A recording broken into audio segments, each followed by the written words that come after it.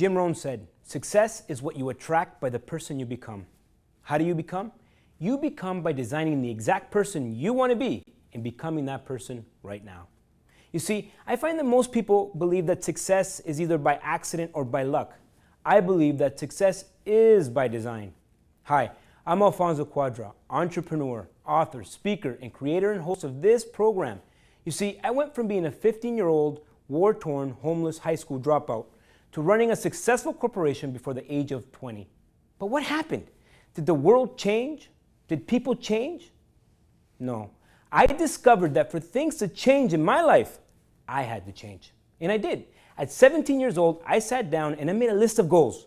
And I designed the exact life I wanted to live. I achieved everything on that list before 20 years old. Success is not by accident. It is by design. And welcome to the Success by Design show, where we bring you the stories and formulas of successful people that have come and designed their own success. And today we're talking about business success and personal success through marketing and personal marketing.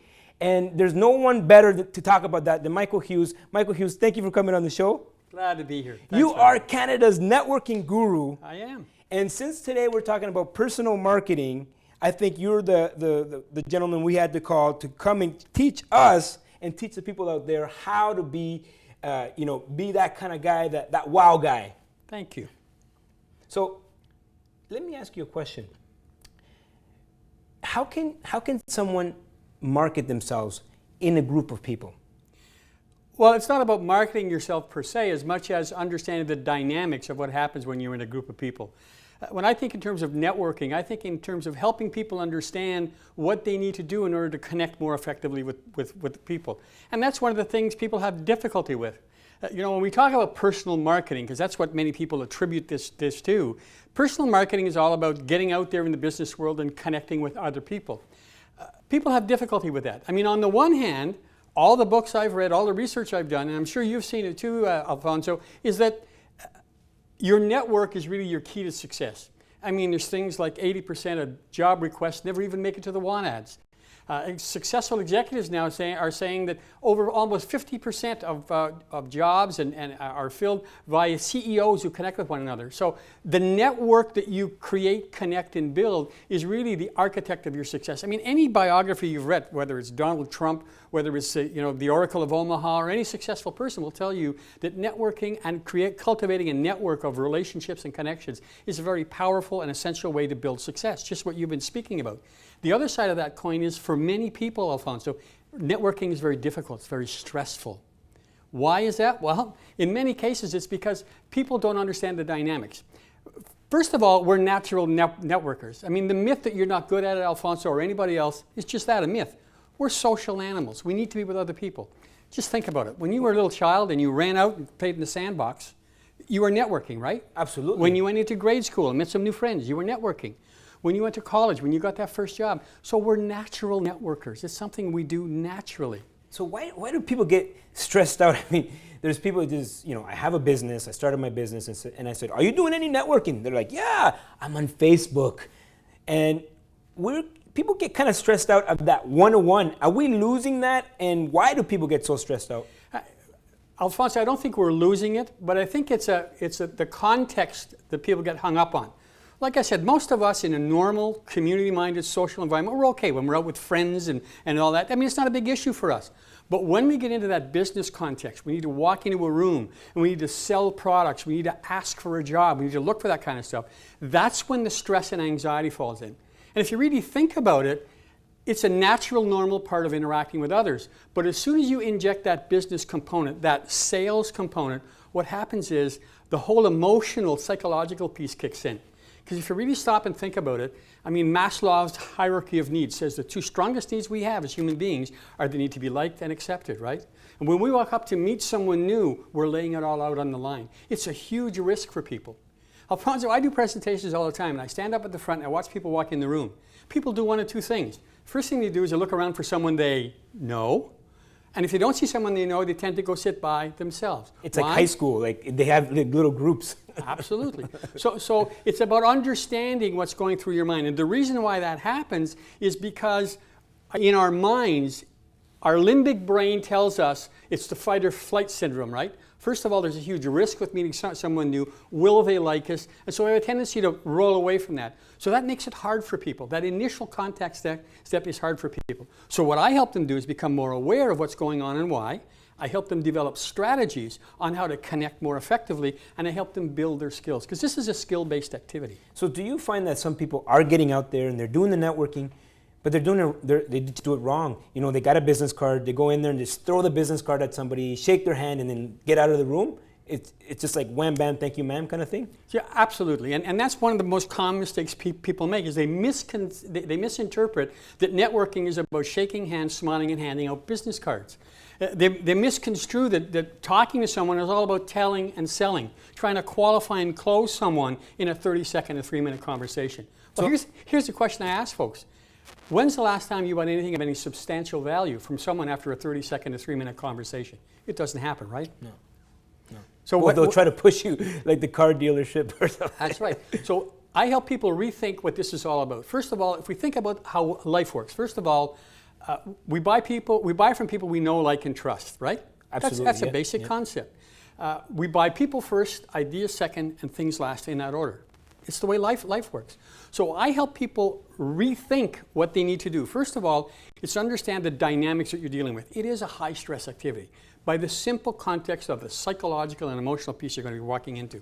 So if you think in terms of that and understanding it, and by the way, 90% of professionals feel this way, Alfonso. Whether you're 16 or 60, man or woman, naturalized Canadian or landed immigrant, we all feel the same way. This is high stress. So you see, Alfonso, it's not just you. Everybody feels the same way. So the first point I help people understand is, if everyone feels this way, the smartest thing that you can do in meeting someone is make it easy for them, make it comfortable for them. Take the pressure off you and make them feel more comfortable. I tell people networking is not about you, it's about them. It's about others. So how do you make yourself more memorable to somebody else? Like, how do you stand out without really talking? Because we're talking about like a soft sale, right?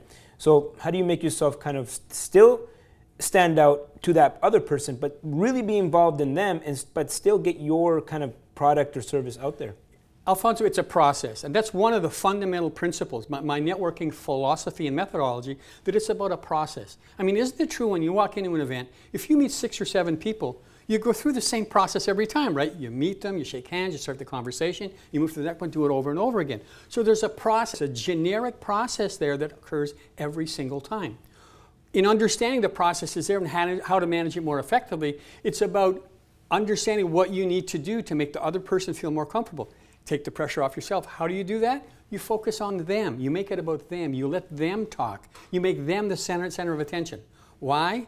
Because when we help other people feel good, feel comfortable, feel strong, feel powerful, how do they feel about us? Right? So if I make it about you, Alfonso, you look at me and you say, boy, he's a nice guy, I like him. See, if you focus on making a friend first, what happens is the business comes later, because that's how it works, right? Just be patient then. Absolutely, absolutely. Yeah. And remember, it's a process. It's about starting the process. Because networking, see, success in business and life, Alfonso, is about relationships. Isn't that true? Absolutely. I mean, I've heard that any number of times. Success in business and life is all about relationships. Well, how do relationships start? Well, they start off, in most cases, with a contact with someone, right? It could be formal at an event. It could be informal in the hallway or in the green room here while you're waiting to come on. And at the same time, you need to understand, if it is about relationships, relationships take time, they need to be nurtured, and they require investment. So see, networking is, yes, an activity, but an activity that needs to link into the longer, more important process of building relationships. So what I help people do is transition from thinking of networking as a 30-second to 3-minute conversation where you can qualify and close someone, because that isn't going to happen, to the beginning of a process. And you used a very important word earlier. You said, how do you make it meaningful? Well, my suggestion is make that short conversation more meaningful and more memorable by focusing on the other person, finding out what they like, what they need, what they want, what they're interested in, and then using that as a basis to meet with them again to build a relationship. That's when the real selling happens, Alfonso. Beautiful.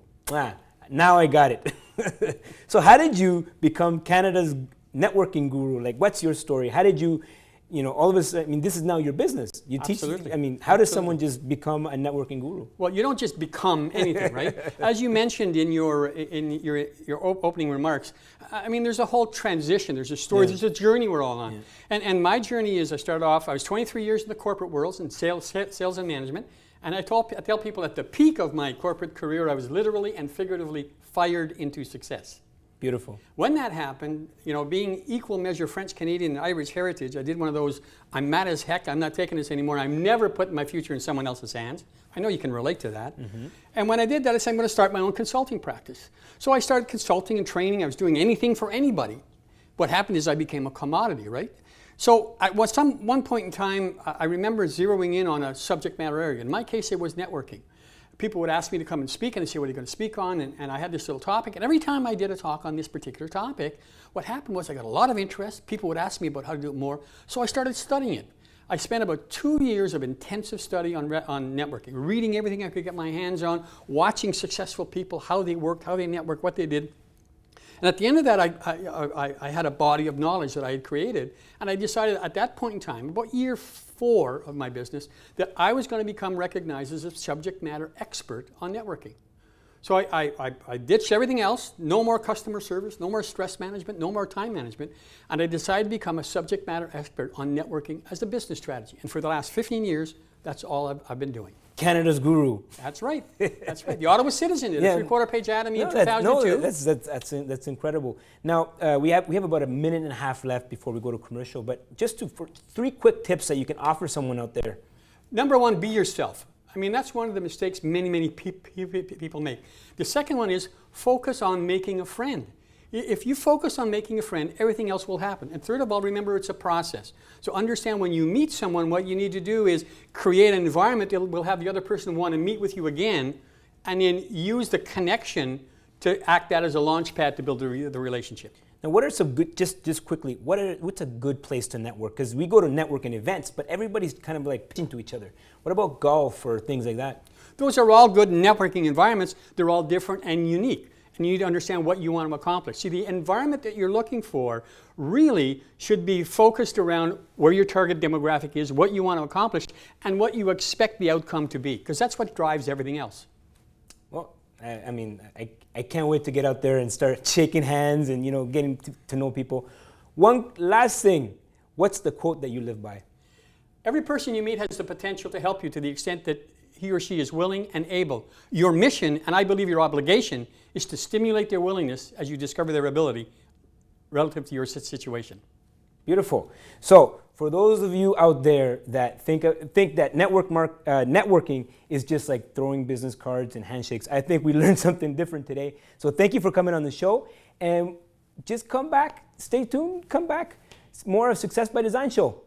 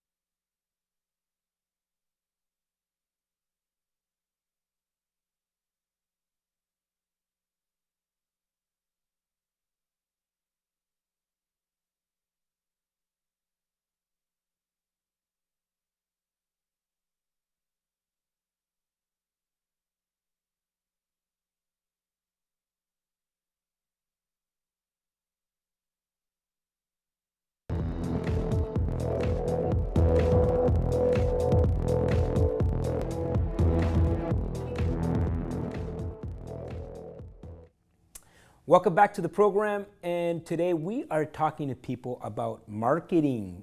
So for those of you out there looking to, do some marketing, I think this is going to be a special program for you. We just talked about personal marketing, but now we're just talking about marketing. And of course, in our studios, we have Luke. Luke, thank you for coming on the show. That's a pleasure. So give us a little background of how you got into, how did you become a marketer, and how did you get involved in marketing? Well, it's a long time coming. I mean, there's a few steps that actually brought me to where I am now. It all started when, as a kid, I'd be watching cartoons like every other kid, or other shows on Nickelodeon, NBC, or whatever. And the thing I was most excited about was the commercials. For some reason, I was really excited about the commercials. When's the next commercial coming on?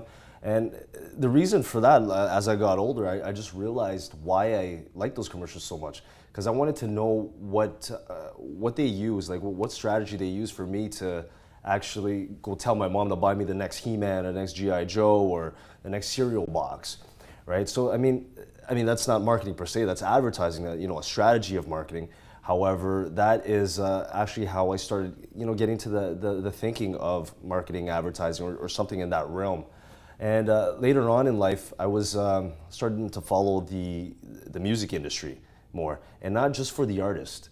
It was more watching the entrepreneurs, like the CEOs, market their students, or not their students, but their artists, and how they did it. And one guy came to mind the most, he stuck out the most, was Sean Puffy Combs, or they call him Diddy now.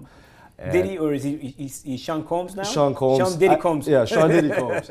So I watched his career till from then till now, and he always knew what his audience wanted, and whatever he knew with his audience, he did his research, and he formed his artists to cater to that audience, and he made it big, and he made a lot of them have a lot of longevity, and also just looking at his life. I noticed that he went to marketing for school. Went to school for marketing, and I was like, wait, that's pretty cool. And I actually this guy is like a little influence on me, on my life. So that he basically planted the seed without even knowing me. Didn't know the guy, but it actually planted the seed for me to get into marketing later on in life. I decided to go to school later on. Before that, I had a couple of ventures, and it was weird because I did not know it at that time, but they were all related to marketing or advertising. I had a restaurant publication at one point, and I got into digital advertising, where we used to put LCD screens in bars and restaurants and sell advertising space on that. And I was running that as well as going to school. Decided to go to school because of Sean Diddy Combs. Took marketing. I had the option between advertising and marketing, and I took marketing because it was totally different. What's the difference for you between marketing and advertising? Well, advertising is just a strategy of marketing. It's just a function of marketing. It's a component. Marketing to me is the whole spectrum, right? So you have a combination of direct mail, TV shows, publicity, advertising space, radio space, things like that. That's all the strategies that are part of marketing. Marketing is the whole planning of everything, researching your target market to see if there's even a need. Basically, the whole business of things, and then how to really channel that into the consumer's minds before getting into the sales process, where you actually close the deal and make the sales. So you went to school for marketing? Went to school for marketing, and while running the digital advertising company. And I learned a lot more after going to school, realizing that what I was doing was really advertising, right? And I wasn't really marketing my business as much. I was doing more of the sales process and the advertising business of it. And after that, it was after I was done school, me and my partners, unfortunately, we decided to part ways, and I got back into the job force, and I worked as a marketing guy, marketing director for a real estate team, which is one of the top teams in the city. And from there on, I realized that, I got the entrepreneurial itch again. I can't be here anymore. Seeing a successful company run like this, and I was part of it, that was great, that was awesome. But I got my entrepreneurial itch again, and that's where I kind of led me to where I am today. So now you're with High Impact Media? High Impact Media. And yeah. they can find you, how can they find you? You go highimpactmedia.com. Spell it out, H-I, like high, impactmedia.com. Okay. So I'm a big believer in, especially with hip hop, because I grew up in the same industry where, a lot of it is pure marketing, right? And I always believe the best song, the best movie, the best book, the best, the best strategy, the best of anything in the world was not the best selling. The best selling was the best marketed. Yep. So how can someone out there, because a lot of the viewers are going to be entrepreneurs, just people that even are in marketing positions. How can someone just become a better marketer?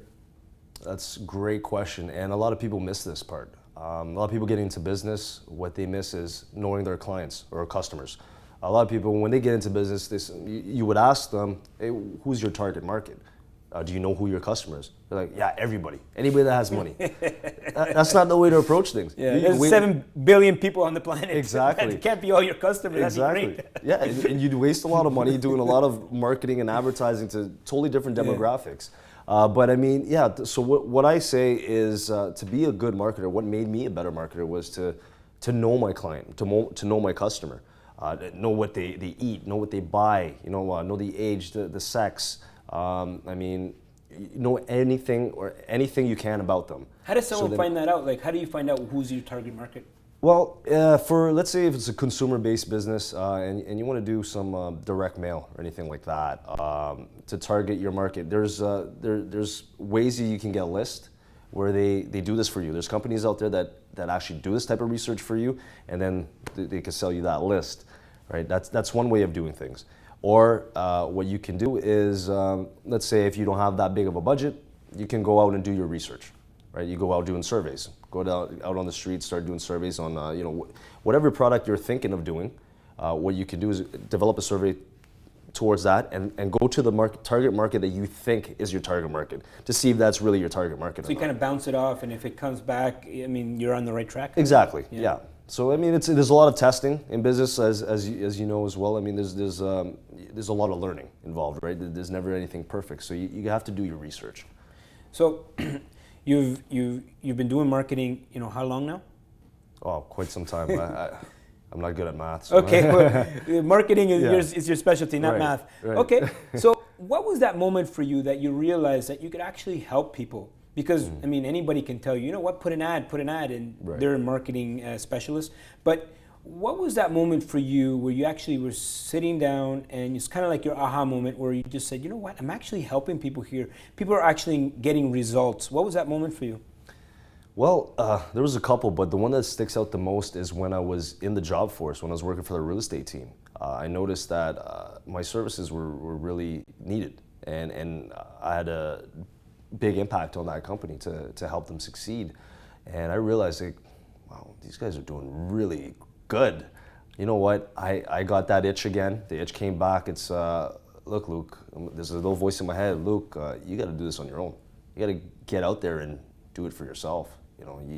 You can do this, because I've never was the type of person to like to work for somebody else. This was probably the best job I've ever had, best experience I've ever had working for somebody else, because it was kind of a family thing, and they kind of helped me learn.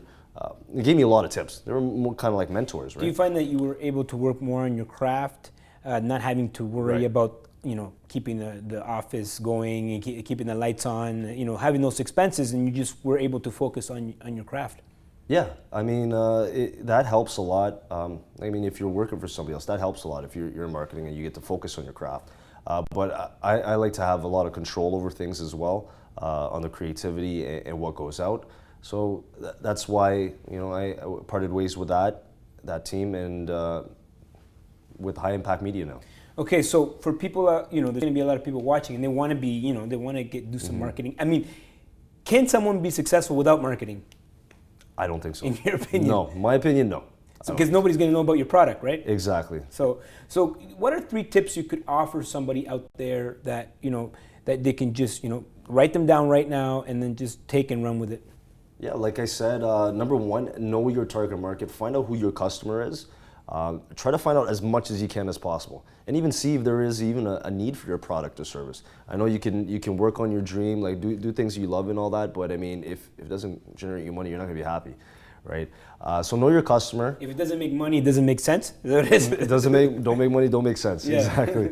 So yeah, first off, do that. Know your clients, customers. Second off, I would suggest with the internet these days, try to build a brand of yourself or even your company. Build your own brand, build your company. I know there's there's vlogs out there. You know, every Monday that comes out. I mean, there's people that are doing that. Like people are actually making putting themselves out there and relating to their customers and being a face for their customers. Should someone, as part of like the marketing strategy now, should be the owners, putting themselves out there along with the company? I think so. I think having both is great. Mm-hmm. Because let's say, social media is so great these days because of the fact that you can interact with the upper echelon of the company, like let's say Coca-Cola. If you could speak to the vice president of Coca-Cola, you're gonna want to start buying from them more, right? If you could ask them a question, it makes them more relatable, and Coca-Cola actually has a face to it now, and it's more human. So yes, I advise, if you're an owner of a business, get your face out there, start blogging, vlogging, whatever it is. The internet is out there, and I mean, you just put yourself out there. And what's the last tip? And the last tip, take action. All that knowledge and ideas and things. I know of a lot of entrepreneurs. I've done it myself. Oh wait, I had this idea, but then some guy did it already, and then you're like, oh wait, I missed that wagon, right? I missed that boat. Just take action. Whatever you know, don't wait too long to know everything before you do it. Just go out and do it. Like if you have a great marketing plan, marketing strategy that you think you should do, just go out and do it, and be consistent with it. Right? Test it, be consistent with things, because it's not that if you just market once, everybody's going to know you and poof, it's like a magic pill, right? So you have to be consistent with your marketing to keep relevant and in people's minds. Luke, thank you very much for coming on the program. A lot of people, I'm sure right now that they're going to take action on all the tips. But we have about 30 seconds before we cut to the credits. What's the quote that you live by? Quote that I live by is, knowing is not enough, we must apply. Willing is not enough, we must do. A Bruce Lee quote, one of my favorite guys. That's excellent. And come back next time where you can learn a lot of these different tips from people that know. And I look forward to seeing you guys next time. Come back for more of Success by Design show.